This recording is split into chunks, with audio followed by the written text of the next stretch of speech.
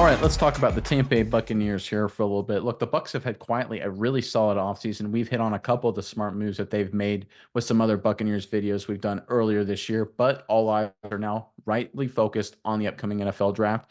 And general manager Jason Licht has a really smart strategy in terms of how he's approaching the draft and a great move in what he's handling the situation.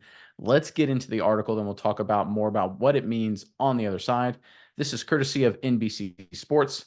After the Bucs had acquired a third-round pick from the Lions in exchange for Carlton Davis, general manager Jason Licht talked about the flexibility the added draft capital gave the Bucs. Tampa Bay will use the pick to add a young player to the roster or to use as ammo for a potential trade-up.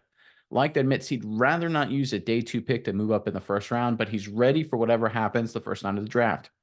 In the past, our trade ups and trade downs, we've started that process typically around now, like said Thursday via Scott Smith of the team website. We are too right now. You don't want to make rash decisions. At least I don't on draft day. Emotional decisions that can come back and bite you. You want to be as clear minded as you can when you're putting that together.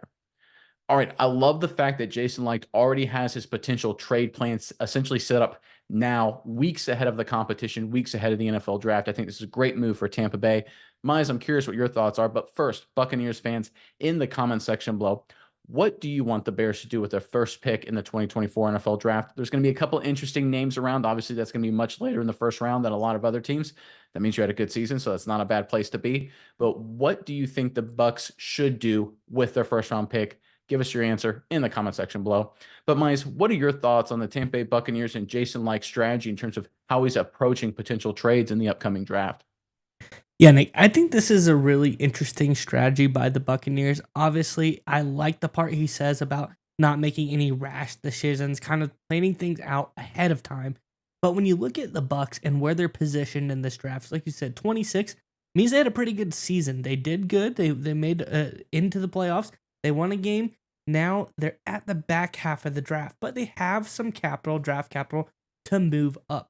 And I love this draft more than any draft in recent history as a position to move up to the mid round. Because we see the top of this draft and everyone jockeying for position, everyone trading up for one thing and one thing only, and that is to get one of the coveted quarterbacks in this draft class. There's going to be about 6, maybe 7 quarterbacks potentially that have been rumored to potentially go into that first round, which means there's 6, maybe 7 players that won't be a player that the Bucs want. So that gives them, a lot of options. I think there's going to be a giant, plethora of good talent in the middle section of the round that people miss out on because they had to, hemorrhage their future to go ahead and try to get a quarterback, which the Bucs don't. Baker Mayfield seems to be doing okay for right now. I think he's a good option. So I really like the Bucs' chances here of moving up into the middle of the draft and trying to capitalize on what the other teams are doing right now. Because that's the fact of the matter is when you trade up, it is kind of dependent on what everybody else is doing. And if you look at this draft, it seems as there's a bunch of teams jockeying to try to grab a quarterback early. So I think that leaves, like I said, Bucs, great position. I think it's a really smart move, and I'm excited to see what they do getting closer to draft day. So you think this is all setting up a trade up to the middle of the first round? That's what you're seeing right here from Jason Licht. Yeah, I would see, maybe a mid round trade up if they're able, somebody trades down. A lot of people are potentially trading down.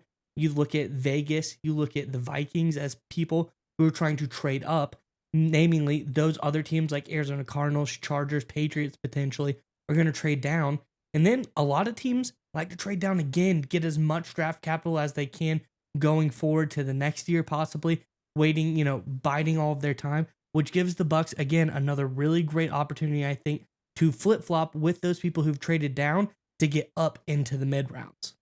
Yeah, I think that's certainly a viable option, and I would not be surprised one bit. But I think my takeaway when I read this article and I read Jason Licht's comments is the fact that he's basically laying out his plan in terms of what he's going to do, regardless of what happens the night of the draft now, and he's preparing for whatever's going to happen, all scenarios. I'm reminded of the late great Hall of Fame head coach Tom Landry. He said this all the time: anticipation beats reaction every single time, right? If you can prepare and put yourself in a situation to instead of reacting to everything, you're going to outperform your competition. You're going to win. You're going to beat your competition. And I think that's what Jason Licht is setting up the Buccaneers to do. Because when you have draft capital, it allows you to take advantage of other teams' weaknesses. Let's say a team, like you alluded to, in the middle of the first round was waiting for, whatever, their star receiver to fall to them, and it doesn't come, and then that team doesn't want to be stuck where they are and like, I want to move back and maybe get something in return. That allows the Buccaneers to maybe move up to say 16 or 17 or something like that and not have to give up too much to do it because they've got a trade partner that made a mistake. It also allows the Buccaneers to trade back and acquire more capital if they want, right?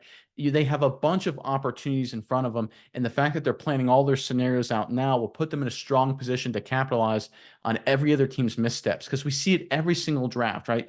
Every time we see like a couple teams, they acquire a lot of draft capital, they look like they're about to make a move, and then someone leapfrogs them or something like that, and then they're stuck. And then they realize they overpaid or in their bad position, and then they just kind of got to flee and get out of that position as fast as they can. The Buccaneers are in a position to take advantage of those opportunities. And it's one of those things that I think really smart teams do. And I think Jason Licht obviously had his connections way back in the day to the New England Patriots organization. That Patriots would do that a lot. The Baltimore Ravens have done that a lot. Smart franchises have that kind of mindset, have that kind of strategy. And that's what I love about Jason Licht here. It's not that he's put himself in a good position to maybe trade up, which could give the Buccaneers a great player. He's put his team in a position to take advantage of whatever happens by planning ahead and being smart.